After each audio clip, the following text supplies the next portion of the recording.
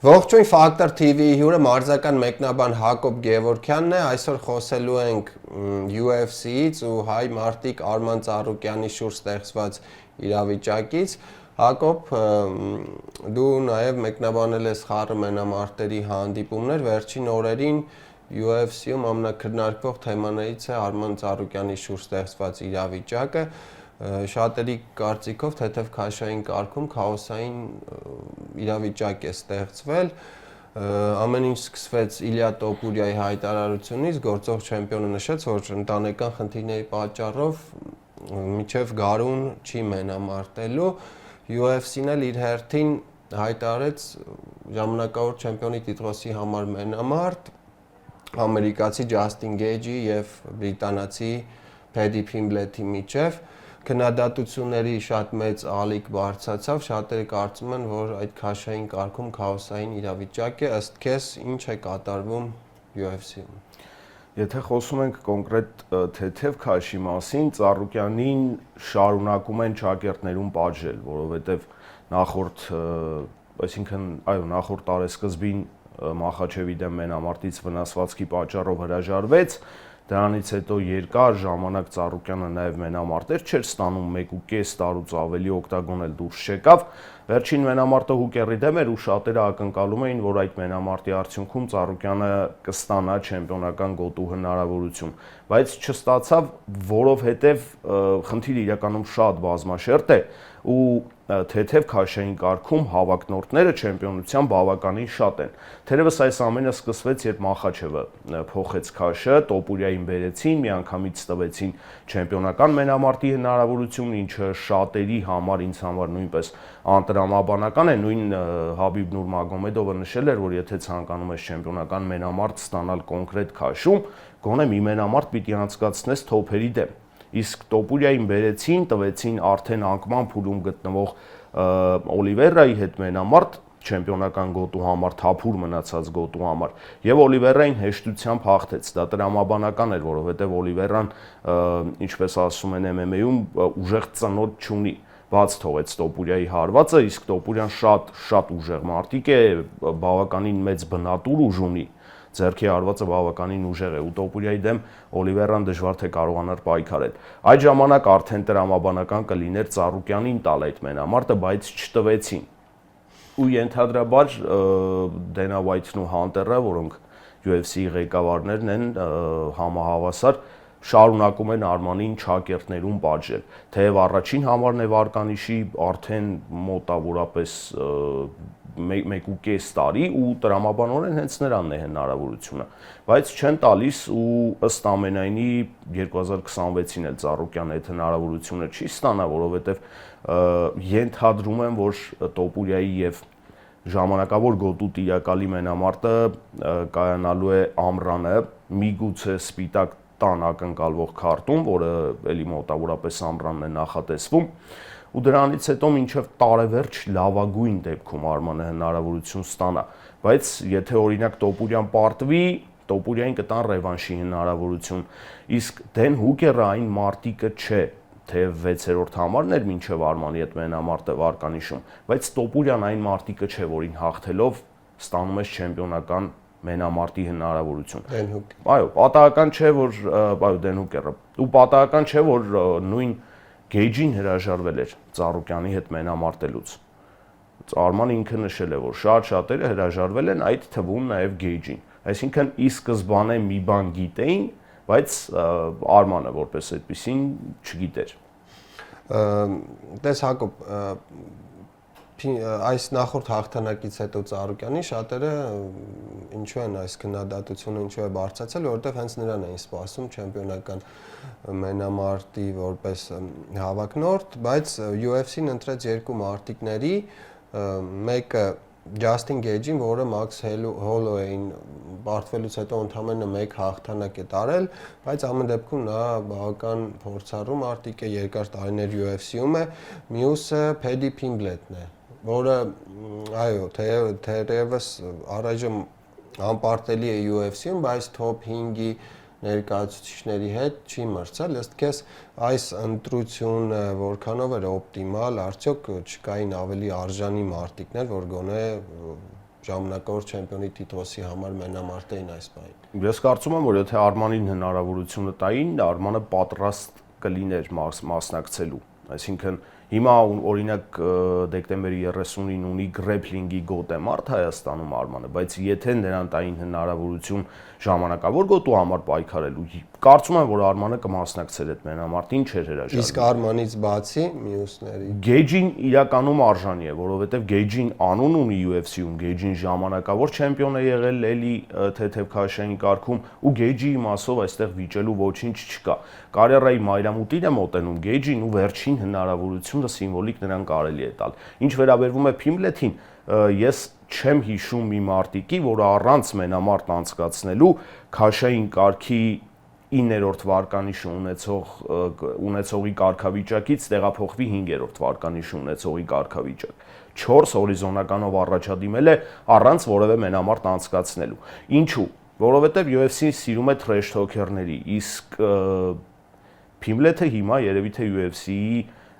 ճակերտներում լավագույն թրեշ թոքերներից մեկն է, եթե ոչ հենց լավագույնը։ հետևորդներ սոցցանցերում։ Իհարկե։ Ու Փիմլեթը բոլորի մասին այսպես շատ վատ է արտահայտվում, որևէ մեկի հանդեպ տենց հարգանքի դրսևորում Փիմլեթի կողմից չի երևում։ Ու UFC-ին ձեռնտու են նման մարտիկներ, դրա համար էլ Փեդի Փիմլեթը ստացել է այդ հնարավորությունը։ UFC-ին Փեդի Փիմլեթին սարքել է այն, ինչ որ հիմա կա Փեդի Փիմլեթը։ Այո, միգուցե ուժեղ մարտիկ է, միգուցե հետաքրքիր մարտիկ է, բայց նա դեռ չի հասել այն կետին, որ ստանա անգամ ժամանակավոր գոտու համար պայքարելու հնարավորություն։ Մյուս կողմից եկող տարվանից UFC-ն արդեն հեռարձակվելու է Paramount Plus-ով, մեծ պայմանագիր են կնքել Paramount-ի հետ ու նույն բրիտանական երկրպագուների հատվածը վճարունակ է ու նրանք վճարում են այդ ամենը դիտելու համար։ Ամերիկացիները վճարում են այդ ամենը դիտելու համար, իսկ Արմանին որտեղ են երկրպագում։ Երկրպագում են Հայաստանում, երկրպագում են Ռուսաստանում ու մեր երկրպագուները, ռուս երկրպագուները զարտուղի ճանապարհներով փորձում են գտնել ինչ որ հղումներ մենամարտերը դիտելու ու գտնում են, այո, անվճար է այդ ամենը ըստ էության մեզ համար։ Բրիտանացիները վճարում են եւ այստեղ նաեւ կա այդ բիզնես բաղադրիչը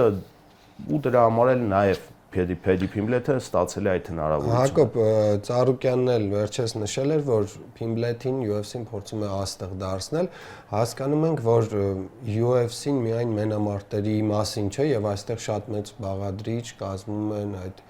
շոուները, նմանատիպ բաները։ Ըստ քեզ Արման Ծառուկյանը այդ առումով համապատասխանում է UFC-ի պահանջներին։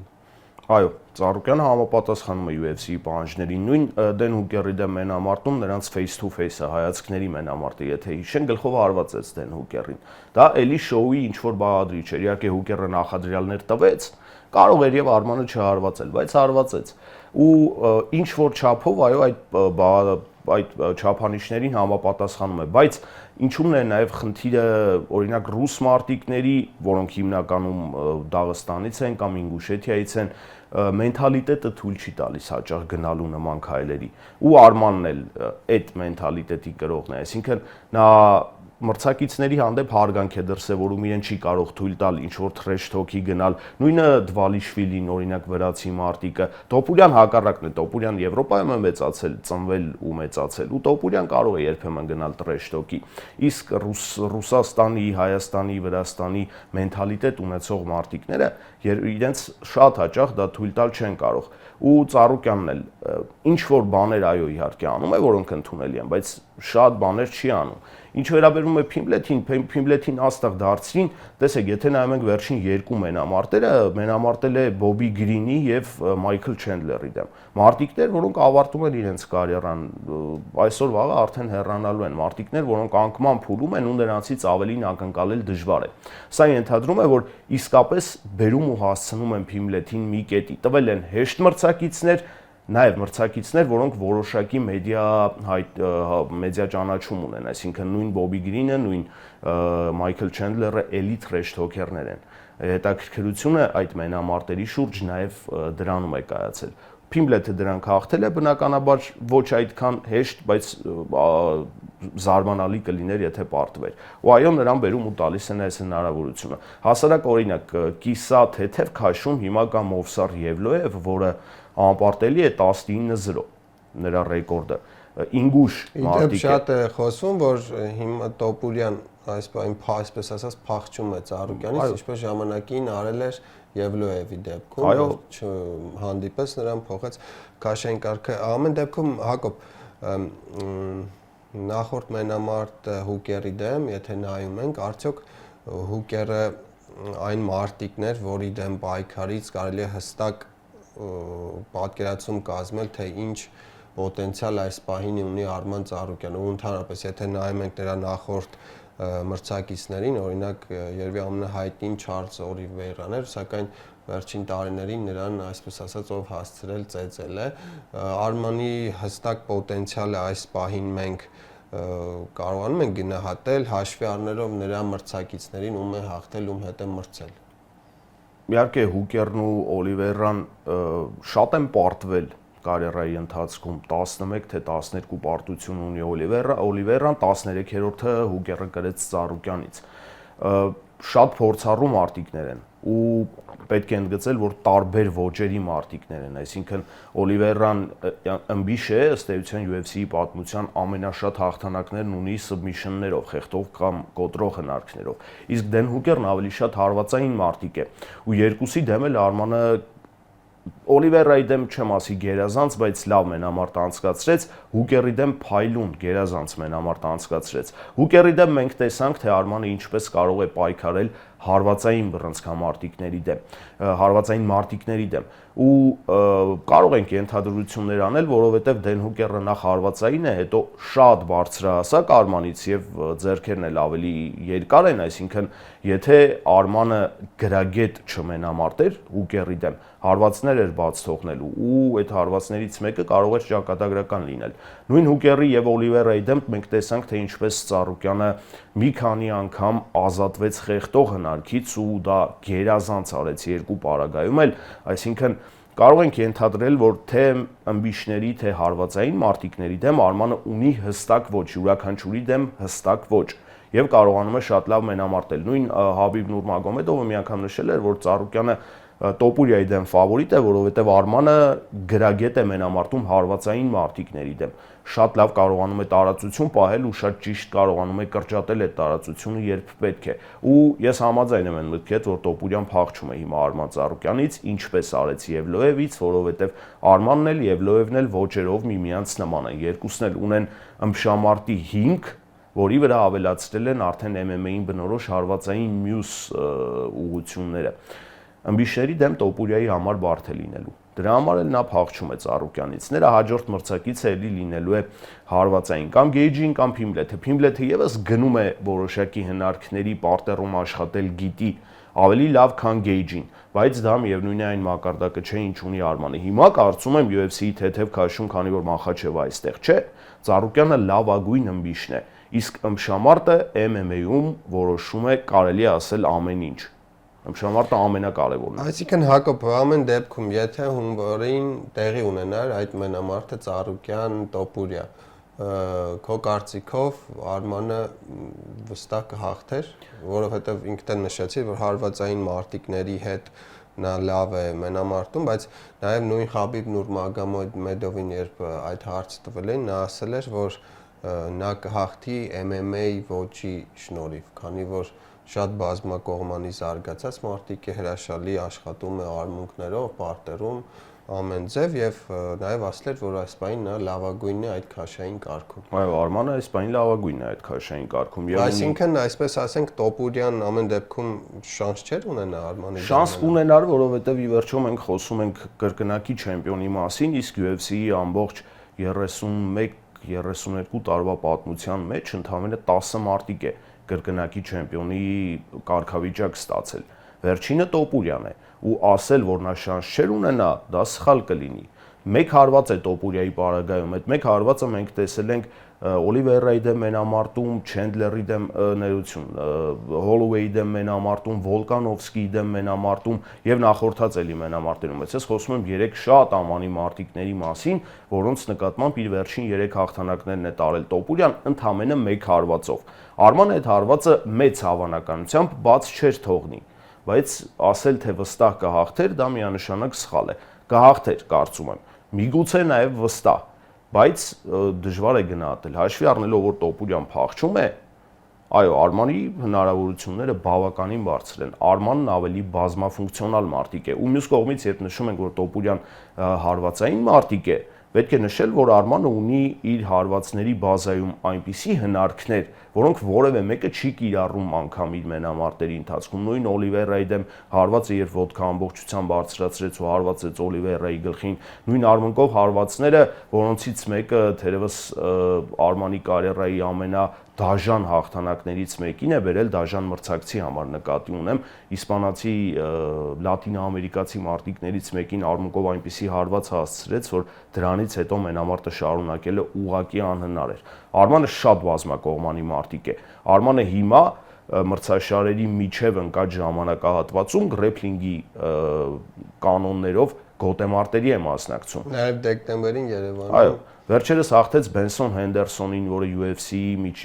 թեթև քաշային կարգի չեմպիոնն էր եղել ու էլի Շամարտի բազայի հիման վրա։ Այսինքն Արմանը անընդհատ զարգանում է, անընդհատ մարզվում է ու անընդհատ մարզավիճակի մեջ է։ Եթե անգամ հիմա նրան առաջարկեն մենամարտել ժամանակավոր գոտու համար, ես կարծում եմ, որ նա կընդունի։ Ու չի բացառվում, որ օրինակ Գեյջի Փիմբլետ մենամարտի դեր UFC-ն սովորաբար հիմնականում main event-ների համար, կարևոր մենամարտերի համար ունենում է փոխարինող մարտիկ, ինչպես Ծառուկյանի պարագայում, Ծառուկյանի եւ Մախաչևի մենամարտի պարագայում դա Մոյիկանոն էր, որը նույն քարտում ուներ մենամարտ Դարյուշի դեմ։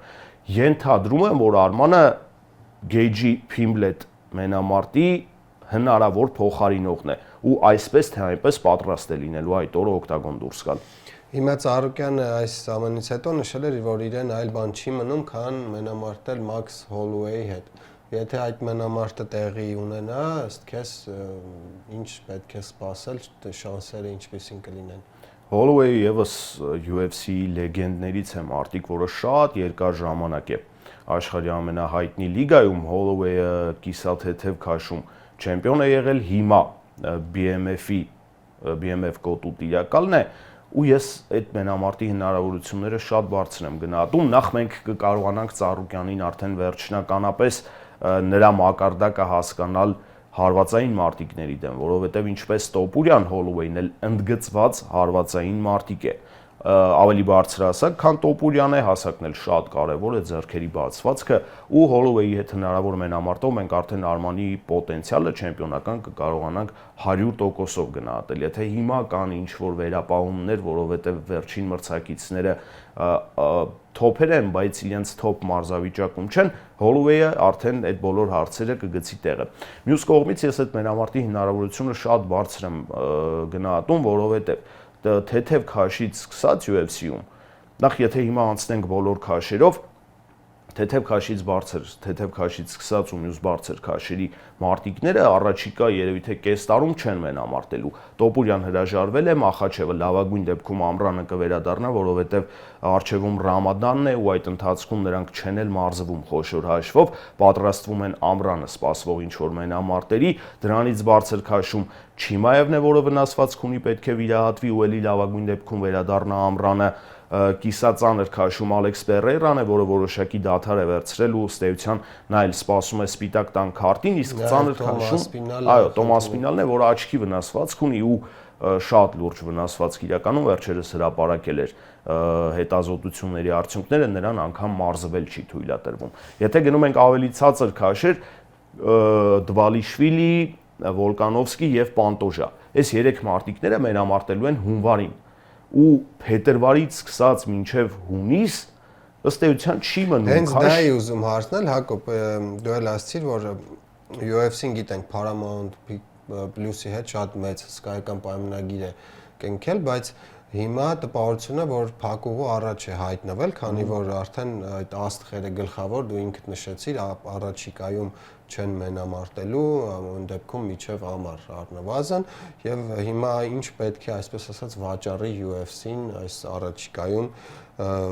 ինչ գլխավոր իրադարձություններ է սպասում դու։ Հաշվի առնելով այս ամենը, առաջին հերթին BMF գոտու համար, Մենամարտ, Holloway եւ Ծառուկյանի միջեւ։ Այստեղ էլ խնդիրներ չեն կարող լինել, որովհետեւ Holloway-ը տեղափոխվել է թեթև քաշային կարգ, մի քաշ բարձրացել է, ավելի վաղ կիսաթեթևում էր հանդես գալիս, իհարկե քաշերի մեջ գնալ-գալ կարող է Holloway-ը։ Խնդիր չի լինի թեթև քաշում Մենամարտելու, որովհետեւ մեկը չի ասի, որ իր քաշը չէր, դրա համար Մենամարտ, օրինակ նույն Գեյջի դեմ Մենամարտը թեթև քաշում էր։ Ծառուկյանը իդեպ համապատասխանում է չափանիշներին, ինչպես նշեցինք, որովհետև նույն UFC 300-ի ժամանակ, երբ նա գնում էր օկտագոն, երկրպագուի հետ որոշակի կոնֆլիկտ եղավ նաև Դեն Հուկերի հետ, մինչև Մենամարտի անցկացումը, հետո իհարկե ձեռքսեղմում ունեցան, Արմանը հարգանքի նշան ցույց տվեց Դեն Հուկերին, բայց այդ Մենամարտի հավանականությունը թերևս ամենաբարձրն է, որովհետև կանանց քաշային կարգերում էլ երբ դիտարկում ենք, կանայք 3 քաշային կարգ ունեն UFC-ում, երկուսի չեմպիոնները բոլորովին վերջերս են իրենց գոտիները նվաճել, Շևչենկոն նախորդ այդ համարային քարտի ընթացքում իր գոտին կարողացավ պահել, ընդ որում մեծ Մենամարտ էր այնտեղ Շան Վեյլիի դեմ, իսկ մի քաշ ավելի ցածր Վեյլին թողեց իր գոտին ու այնտեղ Մաքքենզի դռնը էլի նոր է ստացել իր գոտին ու կարծում եմ, որ լավագույն դեպքում կվերադառնան Գարնանը, բայց հաշվի առնելով, որ շաբաթը 1 UFC-ն անցկացնում է Մենամարտեր ու ամսվա ընթացքում առնվազն 1 քարտ համարային քարտ է ու այդ համարային քարտը ենթադրում է կարևոր գլխավոր Մենամարտ գոտու համար Մենամարտ, այստեղ պետք է ինչ-որ բան անել, Պերեյրային կփորձեն հետ բերել, այսինքն մինչև ամառ Ալեքս Պերեյրային կփորձեն եւս մեկ Մենամարտ տրամադրել, բայց միայն Ալեքս Պերեյրայով հարցերը չեն լուծվում, այդ 3, 4, 5 ամսվա բացը միգուցե միայն Պերեյրան չի կարող լրացնել ու կանանց քաշերն էլ չեն կարող լրացնել։ Ծառուկյանի եւ Holloway-ի Մենամարտը սպասում են BMF-ի համար, շատ տրամաբանական է, չի բացառվում, որ օրինակ ծանր քաշում եւս ժամանակավոր գոտու համար Մենամարտ մտցնեն, որովհետեւ Ասպինալը լավագույն դեպքում ամռանը վերադառնա, միգուցե 26-ին ընդհանրապես չմենամարտի, որովհետեւ վնասվածքը աչքի իսկապես շատ լուրջ է։ Մյուս քաշերում միգուցե միջին քաշում էլի, եթե Չիմայևը վնասվածքից ավելի ուշ կազդուրվի, էլի ինչ որ ժամանակավոր գոտու համար Մենամարտ, բայց հեռանկարում Holloway Ծառուկյան Մենամարտը երևի թե ամենայուղոտ կտորն է, որը կարող է UFC-ին տրամադրել երկրպագուներին։ Դա ինձ համար 90%-ից ավելի հավանականություն ունեցող իվենթ է։ Այսինքն չնայած այս ամենին Արման Ծառուկյանը դեռ շարունակելու է մնալ ուշադրության կենտրոնում առաջիկա տարում։ Հակոբ, ամեն դեպքում Մախաչևի հետ Մենամարտից հրաժարվելը, պատճառը պաշտոնապես նշվում էր մեջքի վնասվածքը, ինքդ էլ ասացիր, որ UFC-ում կարծես չեն մոռանում դա, որովհետև հասկանալի որ չեմպիոնական Մենամարտ ստանալը այդքան հեշտ չէ։ Ամեն դեպքում ըստ քեզ Արմանը չպետք է օրինակ այդ Մենամարտին ամեն դեպքում մասնակցել։ Եթե նույնիսկ պարտվեր, այսպես ասած պարտվելու էր UFC լավագույն մարտիկին, հետո ինչ։ 1, 2, 3 հետո հաղթական Մենամարտից հետո կարող էր դարձյալ չեմպիոնության շանս ստանալ, ըստ քեզ նա ափսոսում է դրա համար ամեն։ Հարցը մի քանի երկու կողմից երևի թե դիտարկենք, այո, Մախաչևին պարտվելը դա սարսափելի չէ, որովհետև մենք ի վերջո խոսում ենք անկախ քաշային կարգերից UFC-ի լավագույն մարտիկի մասին։ Թե պաշտոնապես ներողություն, ամեն դեպքում նշվում էր, որ նա քաշք գցելուց մեջքի խնդիրներ ունեցել, այսպես ասած ամենալուրջ վնասվածքը չէ, եթե նայում ենք, ու կային կարծիքներ, որ նա շատ մեծ ցանկության դեպքում ամեն դեպքում կարող էր Մենամարտել։ Ամենալուրջ վնասվածքը չէ իհարկե, բայց որքանով նա կարող էր խորացնել իր այդ վնասվածքը, այ դա է գլխավոր խնդիրը։ Այսինքն Մախաչևը ընդգծված ըմբիշ է, մարտիկ, որը պարտերում է հիմնականում պայքարում, ու պարտերում Մախաչևի դեմ պայքարը ենթադրում է, որ դու պետք է ունենաս նախ իդեալական մարզավիճակ, որպեսզի կարողանաս Մախաչևի դեմ, ու հետո եթե կա փոքրիկ անգամ վնասվածք, որը խորացնելու հավանականություն կա, Մախաչևի դեմ այդ հավանականությունը ավելի է մեծանում։ Լավագույն մարտիկն է հիմա պարտերում, Իսլամ Մախաչևը միանշանակ չի, միգուցե Չիմայևի այդ հարցում ինչ որ հերակահա Մենամարտի մեջ է, դժվար է ասել, որ լավագույնը միշտ է, բայց լավագույն 3-ից մեկն է միանշանակ։ Ու հարցին պետք է նայել նաև հետևյալ կողմից, որքանով կխորացներ այդ վնասվածքը Արման Ծառուկյանը։ Նույն Ասպինալի պարագայում խոսում ենք աչքի մասին, ու նա չի կարողանում մասնակցել մենամարտերի։ Քոնոր Մակգրեգորը պետք է վերադառնար նախորդ տարվա հունիսի 30-ին, այդ քարտը ես պիտի մեկնաբանեի, փոխարենը նա հրաժարվեց, որովհետև ճկույթի կոտրվածք էր ստացել ոտքի։ Ընդհանրապես ճկույթի մասին է խոսքը, բայց հրաժարվեց այդ մենամարտից։ Մեջքը իհարկե հասկանալի է, որ շատ ավելի կարևոր օրգան է եւ եթե օրինակ ճկույթի պարագայում դու կարող ես ինչ-որ մարզումներ անցկացնել մարմնի վերևի հատվածի համար, եթե մեջքդ է վնասված, դու դժվար թե ինչ-որ մենամարտ կարողանաս անցկացնել, ինչ-որ մարզում անցկացնել։ Ու չի բացառվում, որ եթե Ծառուկյանը մասնակցեր այդ մենամարտին, ավելի կխորացներ վնասվածքը ու ավելի խորացնելու պարագայում միգուցե այլևս հնարավորություն չունենար վերադառնալու այն մարզավիճակին, որով նախապատրաստվել է այդ մենամարտին։ Այո, կարծում եմ, որ մի քիչ ավելի վաղ պետք է սկսեր քաշը գցել, ես էլ եմ ենթադրում, որ այդ քաշը գցելու գործընթացում է Արմանը մեջքի վնասվածքը ոչ թե ձեռք բերել, այլ ավելի խորացրել, իսկ UFC-ում քաշ գցելու գործընթացը, ընդհանրապես մենամարտերին ընդառաջ քաշ գցելու այդ գործընթացը շատ դաժան process է ու օրերի, երբեմն ժամերի ընթացքում մարտիկները մինչև 10 կիլոգրամ քաշ են կորցնում։ Դա նաև Խաբիբներ, եթե հիշում ենք մեկ անգամ նման խնդիր։ Հակոբ, տես, նշում ես, որ Մախաչևը լավագույնն է ըմբշամարտում, նաև ընդհանրապես վարկանիշով եթե նայում ենք, նա առաջին տեղում է անկախ քաշային կարգից, բայց կա եւս մեկ մարտիկ UFC-ում Մերաբ Դվալիշվիլին, որը առաջիկա օրերին այս տարվա ընթացքում 4-րդ չեմպիոնական տիտղոսի պաշտպանությունն է անցկացնելու, իրոք բացառիկ երևույթ է, նաև նա 14 գոտեմարտից բաղկացած հաղթական շարք ունի, շատ խոսվում է այո Մախաչևի մասին, բայց չկա օրինակ տպավորություն, որ այս պահին հենց Դվալիշվիլին է լավագույն մարտիկը այս պահին։ Կարելի է դիտարկել այդ տարբերակը հաշվի առնելով, որ եթե ճիշտ եմ հիշում, 4 մենամարտը մեկ տարվա ընթացքում գոտու համար ընդ որում դա ռեկորդի կրկնություն է լինելու, նույնը ունեցել է Ալեքս Պերեյրան, որը 2-3 ամիսը մեկ տարվա մեջ մենամարտում էր։ Դվալիշվիլին հիմա ֆանտաստիկ մարզավիճակում է եւ նաեւ այդ հայփի ալիքը որսացել է, ճանաչում ունի, հիմա նրան սիրում ու գնահատում են եւ ինչն է հետաքրքիր, երբեմն ինչ որ սոցիալական էջերի համար հարցումներ են անցկացնում քարտերի մարտիկներից ու ամենատարածվածը հիմա հետեւյալ հարցումն է, ընտրում են ըստ սկիլերի, ըստ որակների լավագույն մարտիկներին ու երբ հարցնում են կարդիոյի մասին, դիմադրողականության մասին, բոլորը տալիս են Մերաբի անունը։ 36 տարեկան է Մերաբը, ինչը թեթևագույն քաշերի համար արդեն բավականին մեծ տարիք է։ Ծանր քաշում 36 տարեկանը կարելի ասել ծաղկման տարիք է, իսկ թեթև քաշերում 36 տարեկանը արդեն կարիերայի մայրամուտին մոտենալու տարիք է, բայց Մերաբը ֆանտաստիկ մարզավիճակում է եւ նրան բոլորը այո սիրում են, որովհետև նա էլի այդ մենթալիտետի կրողն է, որ հարգանք է դրսևորում իր մրցակիցների հանդեպ։ Մերաբը այո կարող է շոու անել, այո կարող է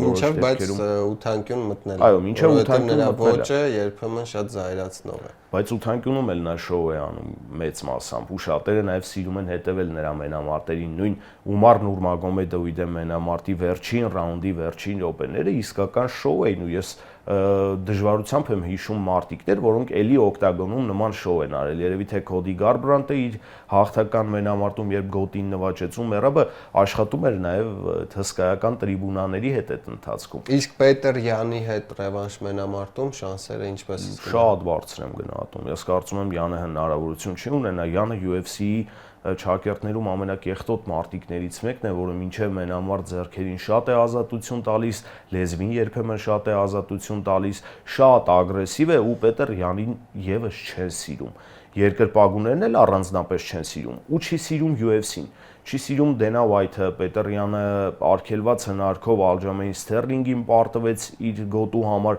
պաշտպանության մենամարտում շատ դաժան հարված հասցրեց Ալջամեին Սթերլինգին, երբ վերջինս պարտերում էր ծնկով գլխին, երբ 3 կետով մարտիկը հենված է օկտագոնի հատակին, նրան հարվածել չի կարելի ոտքով։ Պետերյանը այդ հնարքին գնաց։ Պետերյանին չեն սիրում, իսկ Մերաբը ունի մի առավելություն, նա իսկապես ֆանտաստիկ դիմադրողականություն ու կարդիո ունի եւ Մերաբը կդիմանա 5 ռաունդ, եթե 8 ռաունդ էլ անցկացվի, ես կարծում եմ Դվալիշվիլին կդիմանա նաեւ այդ 5 ռաունդը, այդ 8 ռաունդը եւ Մերաբին UFC-ին կտա այդ գոտին, կտա հաղթանակը հավասար մենամարտ անցկացնելու պարագայում անգամ կան նման բան, երբ Դենա Ուայթի կամ Հանտերի սիրելի մարտիկները մենամարտում են ու երբ հասնում են մրցավարների որոշմանը, հավասար մենամարտի պարագայում տալիս են հաճախ իրենց սիրելի մարտիկին։ Ի վերջո UFC-ն բիզնես է ու Դենա Ուայթը եւս իր խոսքում, երբ ինչ որ ասուլիսների ժամանակ խոսում է, երբեմն UFC-ն բնութագրում է որպես բիզնես։ Սրանից լավ բնորոշում ու սրանից լավ մեկնարկային կետ ենթադրություններ անելու համար թերևս չկա, սա բիզնես է։